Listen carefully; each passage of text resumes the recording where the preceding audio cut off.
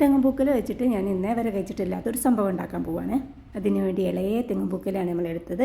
അത് ഇതേപോലെ ചെറുതായിട്ട് അരിഞ്ഞിട്ടിട്ടുണ്ട്. ഇതിന് കുറച്ച് പത്തിരിപ്പൊടിയും ചേർത്തിട്ട് മിക്സിയിൽ പൊടിച്ചെടുക്കണം. 2 തവണയായിട്ടാണ് ഞാൻ പൊടിച്ചെടുക്കുന്നത്. പൊടിച്ചെടുത്തപ്പോൾ ഇതേപോലെ നല്ല പുട്ടുപൊടി പോലെ ഉണ്ട്. യൂട്യൂബിൽ നോക്കിയിട്ടാണ് ഞാൻ ചെയ്യുന്നത്. 3-4 ദിവസം മുമ്പ് ഇവിടേക്കൊക്കെ നല്ല കാറ്റും മഴയൊക്കെ ഉണ്ടായിരുന്നല്ലോ.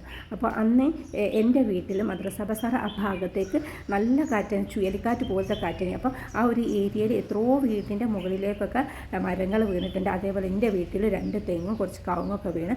അപ്പോൾ അവിടെ നിന്ന് കൊണ്ടുവന്നതാണ് തെങ്ങും പൂക്കൽ ഇളഞ്ഞൊക്കെ. ഇളഞ്ഞെന്ന് വിചാരിച്ച് ഞാനെടുത്തത് തേങ്ങയല്ല എന്നാൽ ഇളഞ്ഞല്ല, അതിൻ്റെ നടുക്കുള്ള ഒരു സംഭവം ഉണ്ടല്ലോ, ഒരു കുറച്ച് ഉറപ്പുള്ളൊരു ഇളഞ്ഞി തേങ്ങ എന്നൊക്കെ പറയും. അപ്പോൾ അതായിരുന്നു. അപ്പം അതുകൊണ്ട് ഈ പുട്ടൊക്കെ ചുടാനേ പറ്റുള്ളൂ. കുറച്ച് തേങ്ങ ഞാൻ മിക്സിയിൽ ഒന്ന് ഒതുക്കി എടുത്തിട്ട്, തീരെ വെള്ളം ഒഴിക്കാണ്ട് വേണം ഒതുക്കാൻ.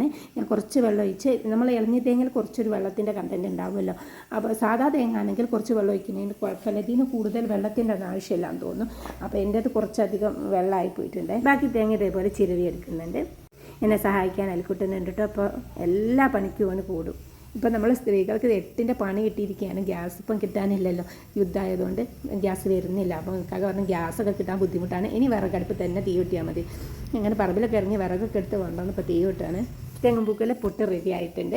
ഞാൻ വിചാരിച്ചു ഇവിടെ ആർക്കും ഇഷ്ടപ്പെടില്ല, അതുകൊണ്ട് ഞാൻ കുറച്ചേ ഉണ്ടാക്കിയിട്ടുള്ളൂ. അതിൻ്റെ ചവർപ്പ് നമ്മൾ വിചാരിച്ചതുപോലെ അല്ല കേട്ടോ, നല്ല ടേസ്റ്റ് ഉണ്ടായി. ആ ചവർപ്പൊന്നുമില്ല, നല്ല ടേസ്റ്റ് ഉണ്ടായി കഴിക്കാൻ. എൻ്റെ മോൻ പറയും ജോക്കർ മുട്ടായിൻ്റെ ടേസ്റ്റിൻ്റെ ശർക്കരയും കൂട്ടിയിട്ടായിരുന്നു അവൻ കഴിച്ചിട്ടുണ്ടായിരുന്നു.